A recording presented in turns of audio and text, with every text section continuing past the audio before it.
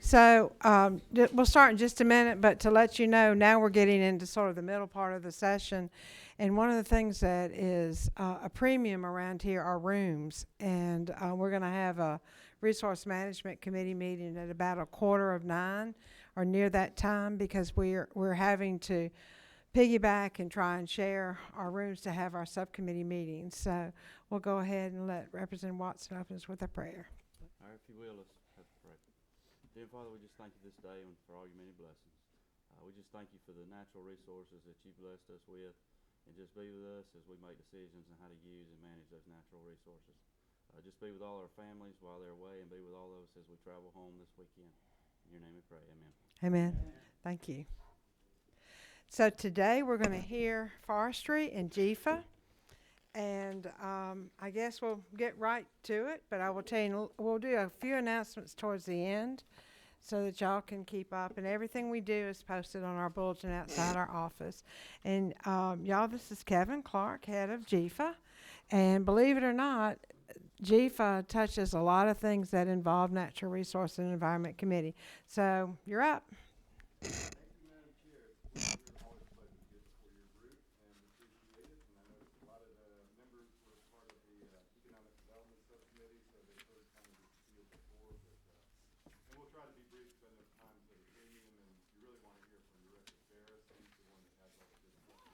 They're on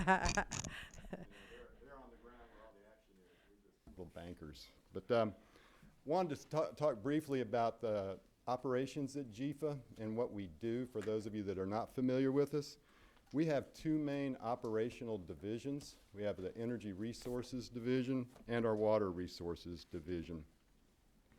And I want to spend a few minutes on energy resources because that's one of our little-known areas that we operate in. We have 4 program areas in energy resources. We have the State Energy Program, Low Income Weatherization Program, the State Utilities Program, and the Fuel Storage Tank Program. And then in our Water Resources Division, we handle financing for water and sewer work, solid waste financing, and land conservation financing.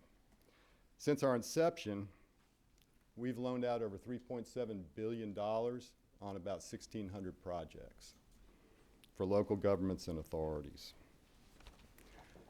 In our energy division, our 4 areas focus on 3 types of energy work: energy efficiency, energy assurance, and fuel storage tanks. In our state energy program, we get a few federal dollars that are administered by the Department of Energy. And we do some projects there. Over the past 4 to 5 years, we've done several different types of projects. The first batch we did in 2011 and 12, we took some dollars and tried to leverage those and help provide subsidies for the agricultural community to convert their diesel irrigation motors to electric. So we helped subsidize that with that program. Then for the last 2 years, we did that for 2 years. In the last 2 years, we've subsidized the installation of electric car charging stations throughout the state. We've put in about 100, helped put in about 150 so far throughout the state. So we're trying to expand that network of charging stations. As you know, for many years, Georgia has been one of the leaders in electric vehicle sales. So we've helped establish a wider network of charging stations for that. That's part of our state energy program funds that we use. Then as far as energy efficiency, we also utilize the Low Income Weatherization Program.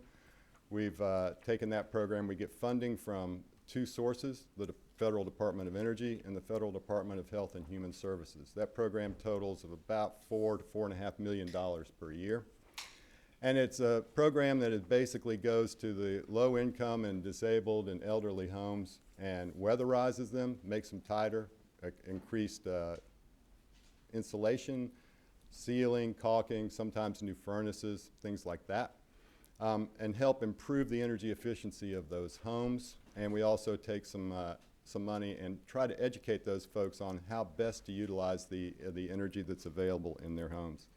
Over the last 2 years, we've weatherized some 1,250 homes throughout the state.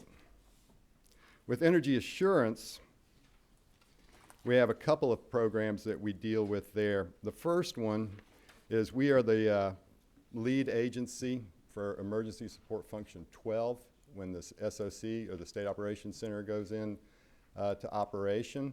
That deals with energy. So we work with GEMA, DNR, DOT, and the power companies and the fuel suppliers and jobbers and retailers in case there's any kind of disruption. So of course we've had the ice storm last month.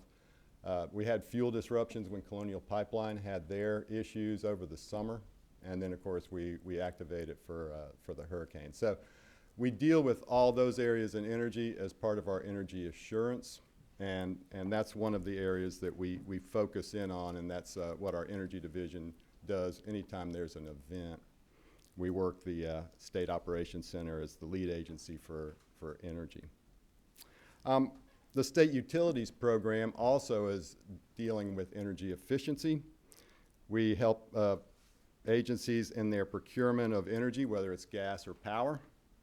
We provide some technical assistance to help them with maybe some audit type things, how they can possibly improve their efficiencies.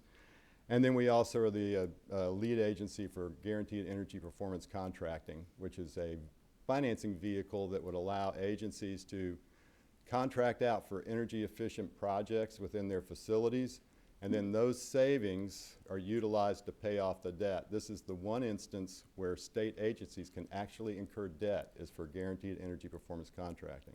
Back in 2010, a constitutional amendment was voted on by the folks, the people, and that passed, and so state agencies, for the purposes of energy performance contracting, can incur debt.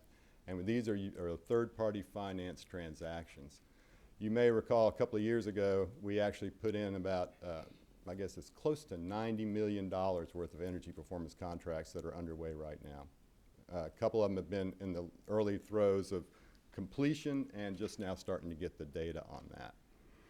So those are kind of our programs in energy, with energy efficiency and energy assurance. And then our fuel storage tank program, it is as it says. We manage and maintain the state-owned fuel storage tanks for all the agencies. And so if they have maintenance problems, we have contracts where we send folks out to remediate some of those problems. If their pumps are broken, that kind of stuff. So we manage that aspect of it. If there are new tanks that need to be installed, we work with the agencies to get those done. If there's a leak or a release, we help remediate that as well. So in a nutshell, that's our Energy Resources Division. It's kind of one of those little known things that we deal with. But we're integrating energy resources, especially the energy efficiency operations, with our water, and I'll talk about that in a little bit. Our Water Resources Division, that's where most folks know us. We provide financing for water and sewer work, solid waste facilities, and land conservation. And we do that through 4 programs, 2 of which are federally funded. The first one is the Drinking Water State Revolving Fund, and that is, as it states, a loan program to provide safe drinking water to the citizens of Georgia. And on one of your slides, you can see we have our 4 programs listed and the interest rates for those programs, the amortization period, and the maximum amount a borrower can borrow per year. So the interest rate for the Drinking Water State Revolving Fund is 1.89% for a period of 20 years. The Clean Water State Revolving Fund is a federally funded revolving fund for sewer work. So that's the federal nice way of saying sewer work is clean water. That AM period can go to a period of 30 years, and when we go that far, we actually have an increased rate of 2.7%.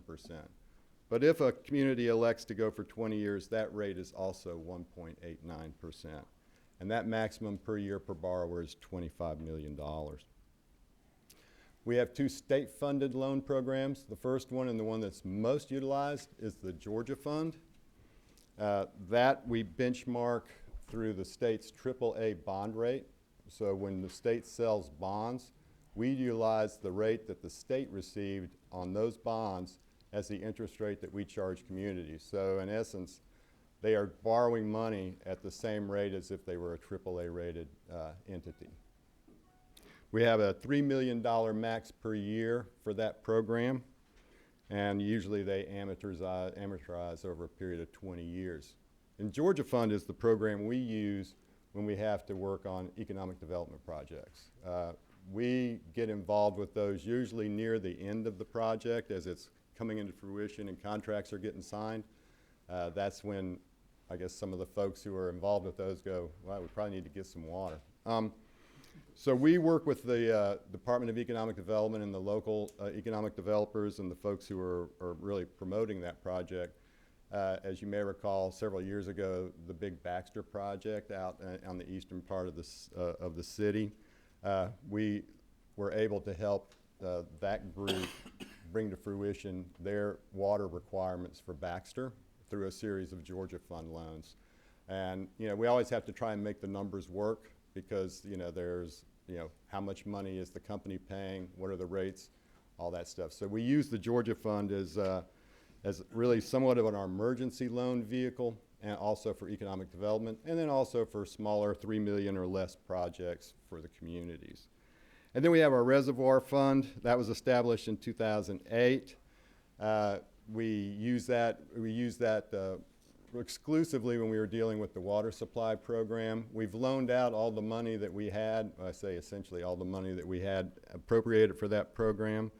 But we usually use as the benchmark, we use the state's AAA rate, but that's a program where we utilize a lot of flexibility in interest rates and amortization periods because reservoirs especially take a tremendously long time to get permitted and built. And so we have to be flexible with those terms and be able to help those communities get to the end point of the game. And we utilized this fund when we were dealing with the folks at Hard Labor and with Paulding County. Those are the two projects that have been permitted over the last 6 years from a reservoir standpoint. So we use that fund pretty heavily then. We also have interest rate reductions. We want to try and help folks conserve. So we promote conservation by, if a project is conservation eligible, and that includes projects that would, you know, fix leaky pipes, provide energy efficiency in their facilities, any number of things. We've had projects where we funded folks doing rebates on toilets and water-saving fixtures. We'd give a 1% or 100 basis point reduction for any of those conservation-eligible activities. Water First communities also get a 100 basis points or 1% reduction, and Plan First communities get a 0.5% reduction, but you can only get one, so you can't load them all up. So that's our loan programs. Over the past 5 years, we've gone up a little bit. FY 14, 15, and 16 were big years for us. A lot of that was driven by the loans for the water supply program, and we did have some big projects for some of the larger communities, City of Atlanta and a few others. But we usually bounce around about $150 million a year. That's about what we loan out.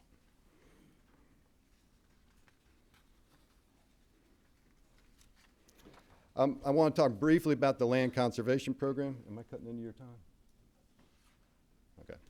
I'll talk real briefly about the land conservation program. We're the home for the Georgia Land Conservation Council. We utilize the Clean Water SRF for land conservation activities. That's available to local governments and non-governmental organizations such as the Nature Conservancy, the Georgia Conservancy, and others. And they work in conjunction primarily with DNR to identify properties that they want to buy, and then we will help provide bridge funding for that. We just recently did a loan for the city of Brookhaven to buy some property right adjacent to PDK. So that should turn into a really interesting project. We're real excited about that. But that's the Georgia Land Conservation Program, conserved more than 330,000 acres in 121 counties since 2005. And then you have the last slide is my our request for appropriations, just for your information. I'm sure you guys will be going over that.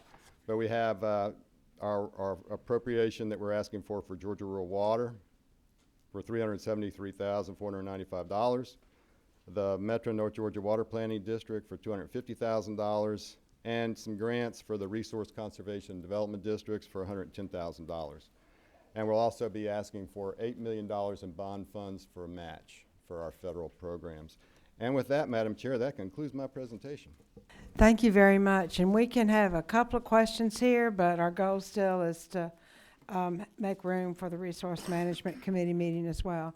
If there are any questions, keep them brief. And I know you'll be staying afterwards to answer anything. And Yes, ma'am. this is one of the quieter unknown agencies, but it is the total support group for our local governments and the projects he talked about.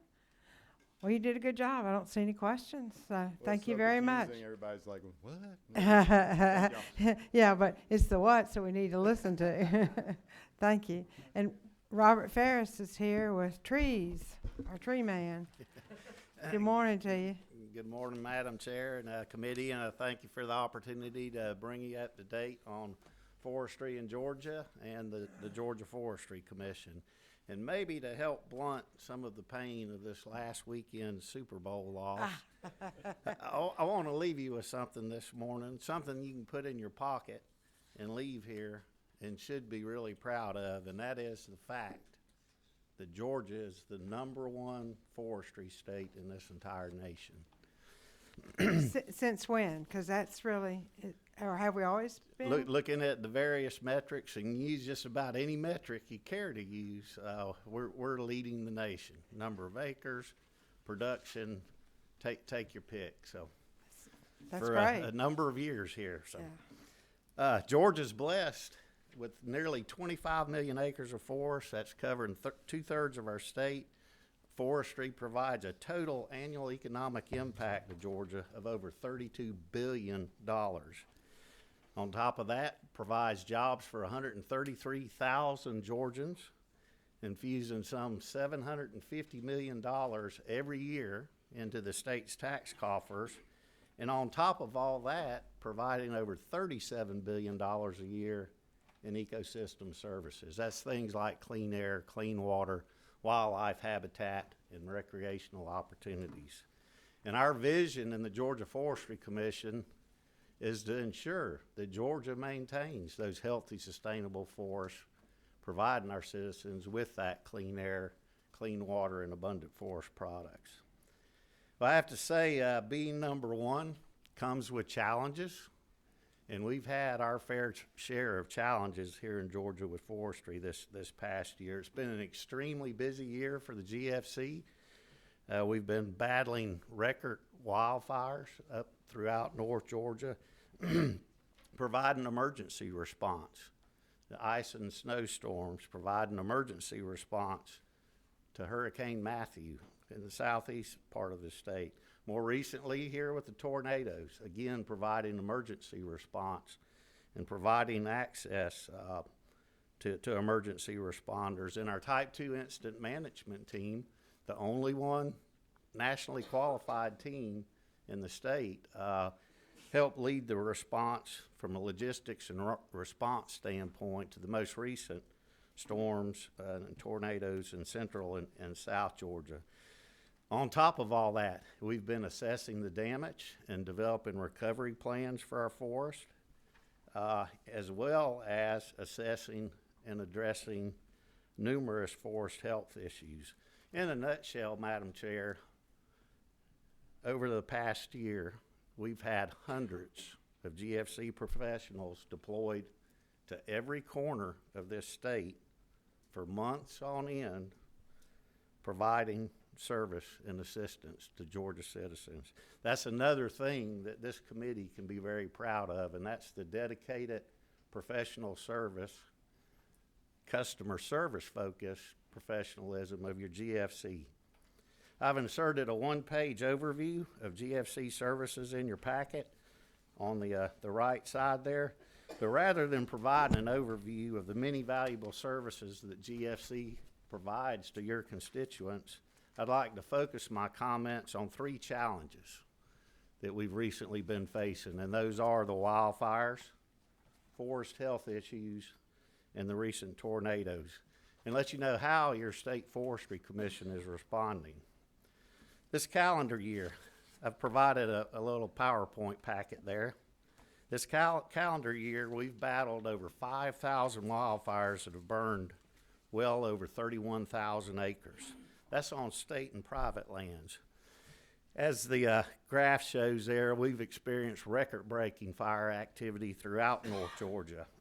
Highlighted in red there, you can see in October and November, our fire starts were over 200% above average. Our acres lost to fire and burned, upwards of 700% increase in acres lost and burned. Interestingly, what many people may not recognize in the lower picture on the right there, 385 of the wildfires that the GFC plowed out this year were in metropolitan Atlanta counties, 385 right in town. That next picture shows you the drought index that we were looking at its peak at the end of November. Right at 75% of the state was in severe to exceptional drought. Next page, y'all know we started getting some rains in December and January. Shows you where we're at the end of January with 20% of the state in severe or greater drought. Still remaining. Now I'm going to touch back. That's been a tremendous help to us from a wildfire standpoint, but I'm going to jump back to those drought indexes when it comes to forest health a little bit later. If you'll flip to the next page, some foreboding projections there. National Interagency Wildfire Center is predicting above normal wildfire activity throughout South Georgia and into Florida. And I'll just tell y'all, many of you remember the devastating wildfire seasons of 2007 and then again in 2011. All of the variables are lining up for us to see that same kind of activity this upcoming spring.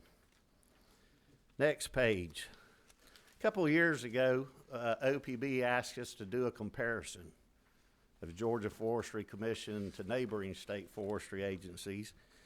And I put that in your packet there, and you can tell, again, in a nutshell, looking at that, what that's showing is that with up to twice the number of acres of timberland here in Georgia, and up to twice the total economic impact, the manufacturing impact of forestry in Georgia, Georgia's investment in the State Forestry Commission is up to half of what North Carolina and Florida is putting in.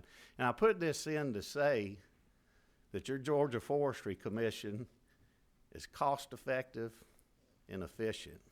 That's another thing to be proud of. I'm a little bit biased, but I think the Georgia Forestry Commission provides the state taxpayers the greatest bang for their buck. Next, I'd like to talk about forest health. And again, there's an insert in your packet. I'd like to start with the Emerald Ash Borer. This committee has heard me speak to that before. Well, Emerald Ash Borer is continuing its march across Georgia despite our best efforts to slow the spread. Trapping this year picked up another 4 counties. We've now expanded the quarantine on the movement of ash that covers 63 counties. Basically everything north, every county north of I-20 now has a quarantine on the movement of ash.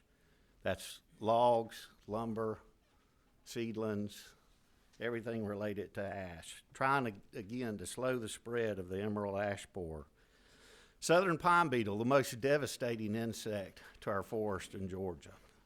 We're seeing those infestations increase along the coastal counties. Predominantly this past year with aerial surveys, we marked 102 infestations that covered over 550 acres. It's been well over a decade since we've had epidemic spread of southern pine beetle, but over the past 2 years, we're seeing it start to pick up. On the Ips engraver beetle information there, with back-to-back warm winters now, on top of the drought we experienced this summer and fall, we're seeing tremendous numbers of Ips infestations, predominantly through the Piedmont and up into North Georgia. Ips beetles, typically, you just see 5 to 10 trees and then they'll die out on their own. The Ips infestation will. We're not seeing that this year with the warm winter. They're continuing to spread and again impacting thousands of acres. With our aerial surveys, we've identified and marked over 5,000 Ips infestations throughout central Georgia. And in addition, it's detailed in your packet there, with the drought. I'll go back to the drought impacts. Yes, it's wet out there now. We're getting pretty good rains. But through the summer and fall, what happened is that drought killed a lot of the root systems of our trees. So they're under great stress out there. And what we are advising landowners, foresters, land managers is to look at the condition of their stands before they implement practices like prescribed burning and thinning, because anything that adds additional stress to those trees is going to create a greater chance for further expansion of these Ips beetles that are killing so many of our trees. And I can guarantee you this spring, this summer, you've got green needles out there on trees now. You had leaves hanging on the hardwoods. Come this summer, you're going to see those trees across a great part of the state starting to die. And you're going to get calls, we're going to get calls. Why are my trees dying? It's raining out here, it's wet. It's due to the damage that was done with the long-term drought this past summer and fall. Madam Chair, that's pretty much the end of my comments, but I would like to say to this committee and let you know that your continued support of forestry in Georgia tremendously helps Georgia, benefits the economy, provides jobs, it benefits the environment, benefits public safety, and truly the daily lives of our Georgia citizens. So thank you for your support for forestry here in Georgia. Be glad to address any questions. Thank you very much. I can tell our committee members, we don't realize the value and what all you do and the danger so many of your professionals face until we have the forest fires and the other things going on. We have time for a couple of questions, and we have some. So number 10, keep your questions brief, though, please. Thank you for coming, sir. I had the opportunity to be out with some of your guys during the forest fires, and just for the committee, it was amazing with the coordination that your group provided with all the different folks, from the prisoners to DNR. Y'all coordinate so many folks to help fight these fires, and I was able to be on the line with your guys, trekking up mountains that only mountain goats should be able to do up there in northwest Georgia. But the commitment, and asked some of the guys, how long have you been here? And they're on rotation for weeks at a time, doing 16 hours a day, totally filthy, and just really, really appreciate. I don't think anybody can fully understand what y'all do until you actually see y'all firsthand on the ground. So I appreciate you and your team. Thank you very much. Thank you very much for those comments. And yes, to your point on those mountains, we had a lot of comments from our flatlanders that spent weeks in the mountains and saying, looking down the hill and saying, "You want me to do what?" I'm going to ask you if you please will move to the table mic over here, because we're not picking up that one. We have one more question, so we're just giving you a little bit of exercise here, I think. So, number 26. Uh-huh.